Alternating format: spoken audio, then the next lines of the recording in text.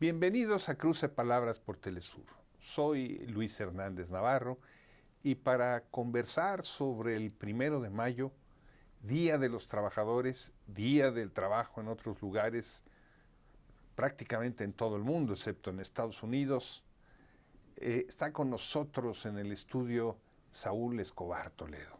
Saúl es profesor investigador de la Dirección de Estudios Históricos del Instituto Nacional de Antropología de Historia, es presidente de la Junta de Gobierno del Instituto de Estudios Obreros Rafael Galván, economista, no sé si eso sea pecado o no sea pecado, y un viejo organizador sindical, un gran conocedor del mundo obrero en México, autor de un libro de referencia que da cuenta precisamente sobre la historia, del que ahorita nos platicará y sobre el que ya tuvimos un programa en una ocasión.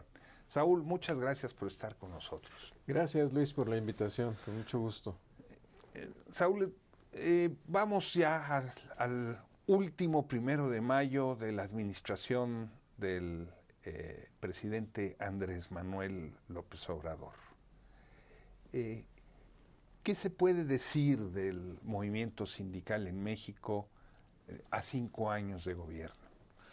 Yo creo que el movimiento sindical vive una nueva realidad, un nuevo escenario, después de 5 años de reformas legales muy importantes, como fue la reforma para mayor democracia e independencia sindical, que empezó con la reforma constitucional de Peña Nieto y después se pactó en el tratado con Estados Unidos y Canadá una serie de cláusulas que llevaron a reformar la Ley Federal del Trabajo y llevar, por ejemplo, el voto secreto y directo en los sindicatos para elegir a sus representantes, para decidir si refrendan un contrato colectivo, si la revisión de ese contrato están de acuerdo o no están de acuerdo. Son cosas muy importantes desde el punto de vista de la democracia sindical que no existían en nuestro país. Y también hay nueva legislación en otra serie de prestaciones, como por ejemplo el aumento de los días de vacaciones, la regulación de la subcontratación, el asunto de las utilidades, que fue un poco polémico porque se entendió como un tope, las reformas a la ley de pensiones, que también ha sido muy polémico por distintas causas, pero tenemos también otras como la ley Silla, o como la posibilidad de que ahora las trabajadoras del hogar puedan ser inscritas en el Seguro Social, una nueva tabla de enfermedades profesionales para los riesgos de trabajo. Y también quedaron pendientes otras muy importantes como la jornada de 40 horas con pago de 48. Entonces es un escenario complejo en el que nuevas instituciones han surgido, como el Centro de Conciliación Federal y los centros de conciliación estatales, y también los juzgados de lo laboral, que antes tampoco existían en México, y que hicieron desaparecer las juntas de conciliación y arbitraje, tanto a nivel federal como local. Y desde luego también tenemos los aumentos a los salarios mínimos, que han sido muy importantes, muy destacados, porque el salario mínimo se incrementó en términos reales más de 100% en los últimos 5 o 6 años. Los salarios contractuales no tanto, tuvieron un aumento mucho más modesto, pero las masas salariales y el conjunto de los salarios tuvo un aumento de alrededor del 15-19% con respecto a los últimos años de Peña Nieto, lo cual quiere decir que la composición entre salarios y capital se ha modificado un poco a favor del trabajo, lo cual significa un cambio de tendencia con respecto a los últimos sexenios previos, aunque nosotros decimos que tampoco hay un cambio estructural porque el aparato productivo sigue más o menos en las mismas condiciones que antes, pero con nuevas tendencias que se reflejan en estos aumentos del salario, de la masa salarial, un poco la disminución de la desigualdad y estas nuevas leyes protectoras del trabajo. Ahora bien, desde el punto de vista de la movilización obrera, pues hay que tener en cuenta que vienen de décadas de, digamos, quietud, de pasividad, en el que el sindicalismo era una cosa digamos, que no era una opción de lucha, una opción para mejorar sus condiciones de vida, porque estaban secuestradas, los sindicatos estaban secuestrados por mafias, yo digo mafias de delincuentes que medraban con esos registros sindicales y con esos contratos para extorsionar a los trabajadores y a los patrones. Entonces, cuando tú muchas veces le hablas a un trabajador relativamente joven, entre los 20 y los 30 o los quizás un poco más de un sindicato, pues muchos entienden corrupción, entienden robo de cuotas, entienden un grupo de personas que se hacen llamar representantes sindicales que no tienen nada que ver con asambleas, con discusión, con consultarte qué es lo que tienen que hacer. Y vencer esta inercia antisindical pues ha sido muy complicado. Sin embargo, hay que decir que a raíz del Tratado México-Estados Unidos-Canadá, de la nueva legislación obrera y curiosamente de la presión del gobierno de Estados Unidos, han surgido sindicatos independientes nuevos, con direcciones completamente renovadas, sobre todo en la industria automotriz. Que han ganado unos cuantos contratos colectivos. Sí, unos cuantos contratos colectivos. Si no, lo ves, no demasiado, no significa un vuelco. Si lo ves desde el punto de vista cuantitativo, digamos que son pocos, ¿no?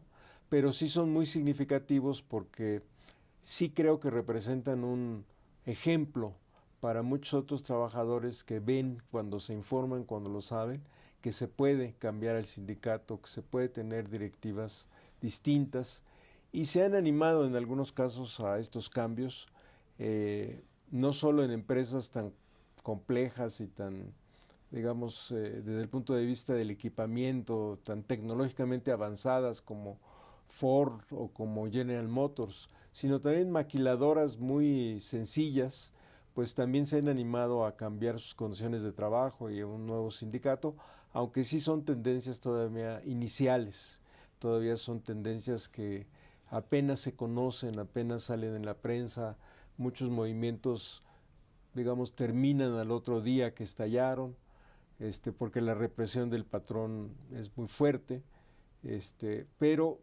son, digamos, primeras vislumbres de lo que puede ser un nuevo sindicalismo en México que quizás estén haciendo poco a poco y quizás vaya a desarrollarse con más fuerza, con más plenitud en los próximos años. Eso no lo sabemos. Lo que sí sabemos es que hay un nuevo escenario, hay nuevas condiciones, hay una nueva legislación que puede ayudar a que surja este nuevo sindicalismo en México. Uno de los sindicatos que más aparecen en la opinión pública es el sindicato minero. El sindicato minero arrastra huelgas de hace muchos años, por lo menos en Cananea, en Tasco, y había la esperanza de que esas huelgas se resolvieran, incluso hubieron opiniones del presidente en ese sentido. Sin embargo, pasan los años y esas huelgas no se resuelven. ¿Cómo leer un hecho de esta naturaleza? Yo creo que ahí lo que está sucediendo es que son problemas, como tú dijiste, muy viejos, que tienen una cola, una serie de enredos legales muy complejos desde el punto de vista jurisdiccional, pero también me da la impresión de que el presidente no quiere presionar demasiado a algunos mineras para resolver estos asuntos. A Germán Larrea. En particular a Larrea, ¿no? Entonces, de los hombres más ricos del mundo, sí, de México por lo menos seguro. Es un hombre no solo muy rico, sino muy influyente, muy poderoso desde el punto de vista político, aunque no se note, aunque no salgan las fotos, aunque no salga en la prensa, es muy poderoso y yo creo que su capacidad, su poder se refleja también en las presiones hacia el gobierno en estos casos. Hay asuntos que sí se han resuelto o se están en vías de resolver, pero en otros efectivamente parece que no avanza. Incluso tenemos otro asunto fuera de esto, como el de Altos Hornos de México, que es complejo y difícil de resolver, pues porque prácticamente se trata de una empresa quebrada. Entonces, el gobierno tiene la opción o bien de rescatar a la empresa y meterle dinero, o esperar que algún inversionista privado la compre y así pueda resolver el problema de los trabajadores. Pero en ambos casos el problema es muy complicado de resolver y los trabajadores pues no pueden esperar, no pueden estar esperando tanto tiempo. Entonces ahí quizás también una acción más decidida del Estado o de los gobiernos podría ser necesaria. Entonces son problemas muy viejos que uno esperaría mayor voluntad política para resolverlos. El sindicato minero, además, creo que ha sido un sindicato que ha adquirido mucha fuerza en los últimos años. Es un sindicato que se ha acercado al presidente, el presidente creo que lo ve con buenos ojos. Entonces también ahí vemos un sindicato que también ha adquirido nuevo poder en este sexenio. Una de las, lo que aparece como paradoja, es el fortalecimiento de un sindicato abiertamente mafioso como el dirigido por el señor Pedro Aces, un sindicato con golpeadores, ligado a las industrias de la construcción, pero que sin embargo aparece como uno de los sindicatos favoritos de esta administración. ¿Cómo explicarnos esa paradoja? Yo creo que se trata de organizaciones sindicales que aprovechan algunos huecos legales y algunos, digamos, sectores o ramas de la economía en donde no hay nadie, no hay otro sindicato, no hay organizaciones sindicales, los trabajadores no están muy informados y entonces aprovechan esto para hacer su propio negocio. Y las autoridades, para no crear más conflictos, pues los apapachan mientras no causen demasiados problemas y no, digamos, creen una situación conflictiva en esas ramas económicas. Y mientras ellos declaren pues su lealtad política, pues creo que también ellos aseguran esos canonjías o ese favor del gobierno, que no quiere tampoco pelearse con todos al mismo tiempo en el ámbito sindical. ¿Te parece si vamos a una pequeña pausa? Gracias. Amigos, amigas, no se vayan, volvemos en muy breves instantes.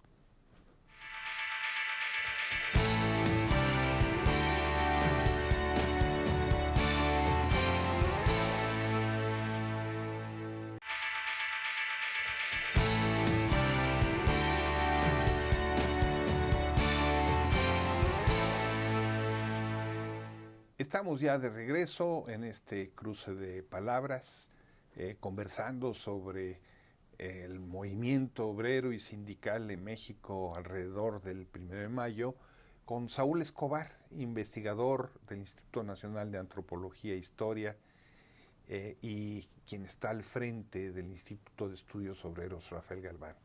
Saúl, te interrumpí por el intermedio. Pero todavía tienes más cosas que reflexionar sobre este asunto de los mafiosos. Sí, tu pregunta es muy importante o muy interesante, porque yo creo que hay una cosa que debe quedar clara. Ni la ley crea por haber sido aprobada la democracia automáticamente. Si las leyes sirven para crear un ambiente propicio para tal o cual movimiento social, en este caso los sindicatos, pero por sí mismas no generan democracia. Necesitan que los trabajadores tomen en sus manos esa ley y la conviertan en acción, la conviertan en un movimiento sindical y la conviertan en una fuerza que rescate a sus propios sindicatos. Pero de la misma manera el gobierno, aunque promueva leyes prosindicales, no se puede meter o no debe meterse a nombrar directivas sindicales, aunque crea que son democráticas. Entonces, por eso vemos casos como el de Pemex, el de Petróleos Mexicanos, en donde los viejos líderes sindicales que tienen fama de corruptos, tienen fama de perpetuarse en el poder sindical, fueron reelectos. Yo creo que lo fueron en buena medida porque las bases sindicales así lo permitieron y en parte porque el gobierno también no quiere interferir en una empresa tan importante como Pemex y crear un conflicto que después no pueda manejar en una empresa estratégica como esa, que de por sí ya tiene muchos otros problemas de otro tipo. Yo no sé si el gobierno ha metido las manos en otros sindicatos, no me consta, pero sí creo que lo que no podemos esperar es que el gobierno resuelva la democracia sindical, que el gobierno sustituya al movimiento de los trabajadores para poner o quitar directivas sindicales. Mientras los trabajadores no se apropien de sus sindicatos, pues van a seguir pasando cosas como estas que mencionadas de sindicatos mafiosos y quizás se perpetúen sindicatos que vienen de hace 30, 50 años en la dirección de esas organizaciones. E incluso puede suceder que sindicatos blancos manejados por los empresarios pues sigan existiendo porque las bases sindicales así lo decidan. Entonces lo que se abre es un periodo de democracia con todos los riesgos de la democracia, digamos, que puedan seguir optando por lo que ya tienen o que sigan y decidan cambiar esas tendencias sindicales por otras nuevas, pero lo que significaría que tomaran conciencia del valor del sindicalismo y de la lucha colectiva, cosa que, como dije, muchas generaciones no lo han vivido y tienen que aprender a experimentarlo.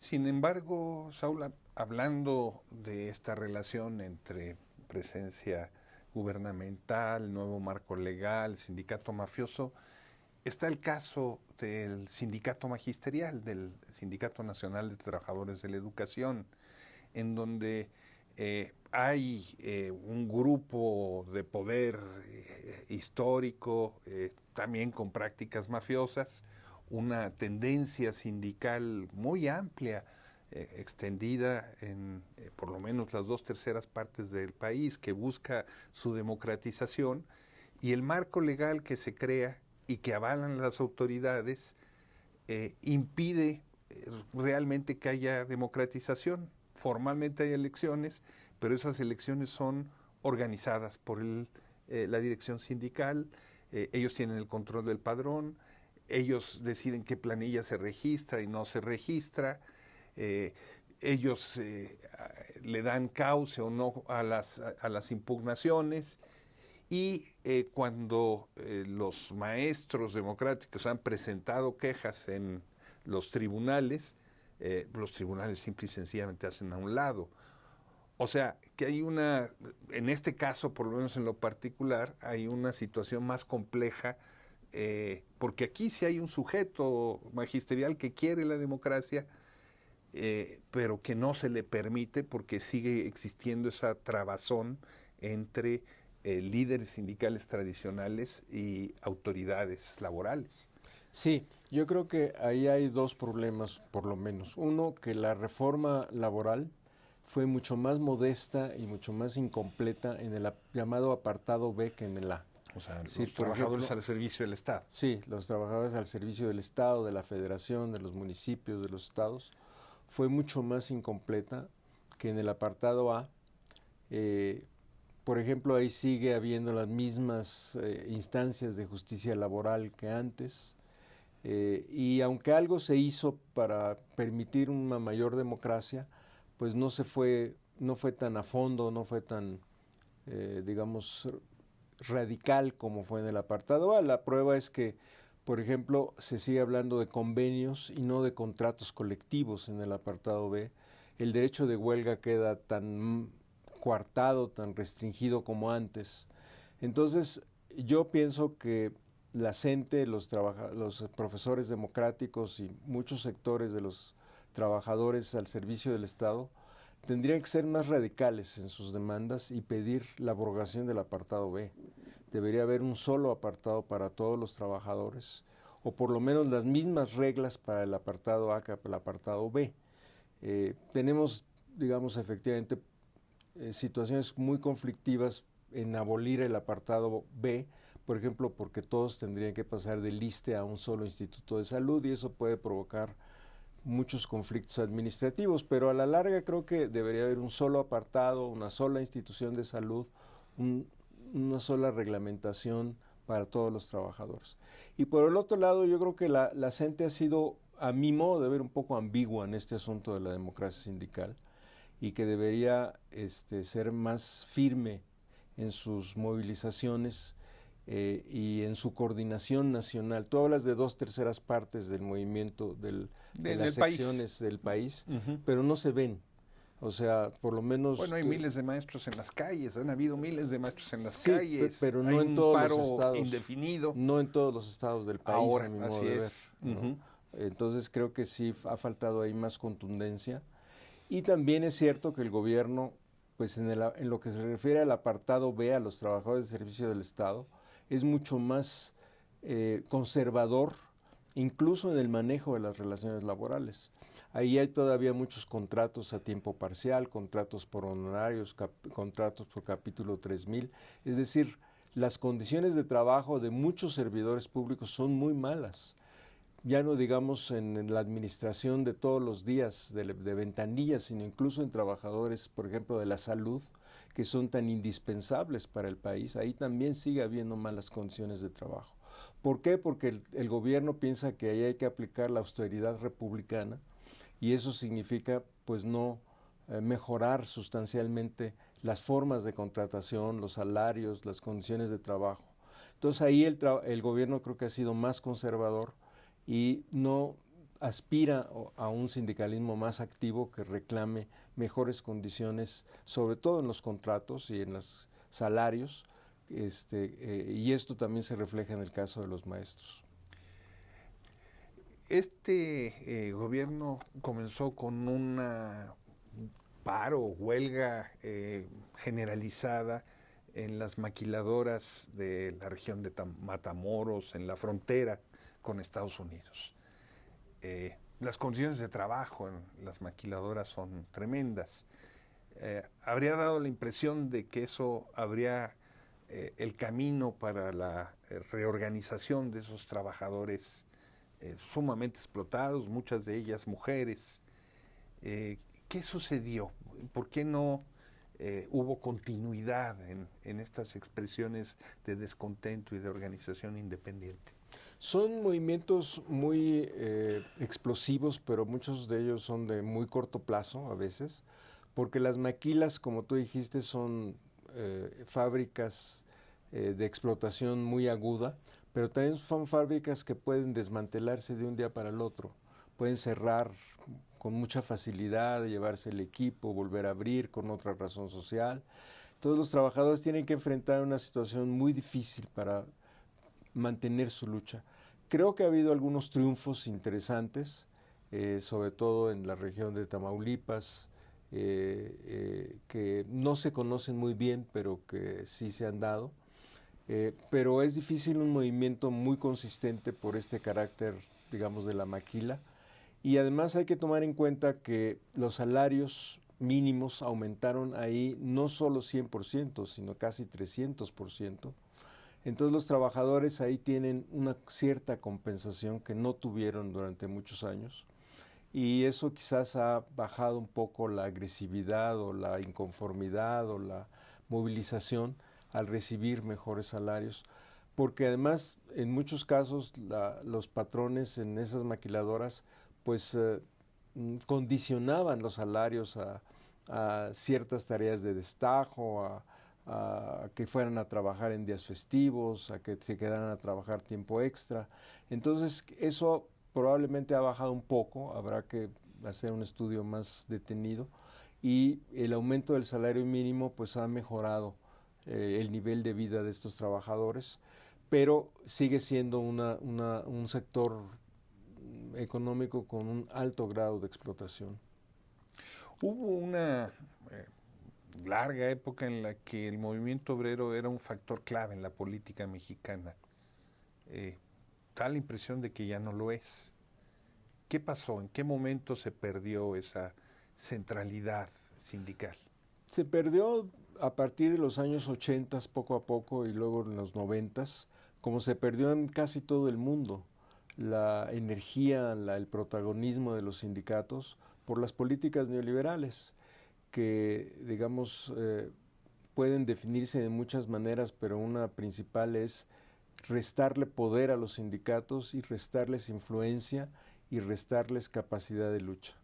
Entonces, en casi todo el mundo los sindicatos fueron reducidos a su mínima expresión, perdieron muchas batallas, fueron reprimidos, se restringió el derecho de huelga, se hizo que los sindicatos se apartaran de las decisiones políticas más importantes. Incluso los partidos tradicionalmente de base obreras perdieron mucha influencia o incluso cambiaron su línea política y dijeron ya no más sindicatos, ya no más obreros, ahora somos partidos de las clases medias o de las clases, digamos, generales de la sociedad.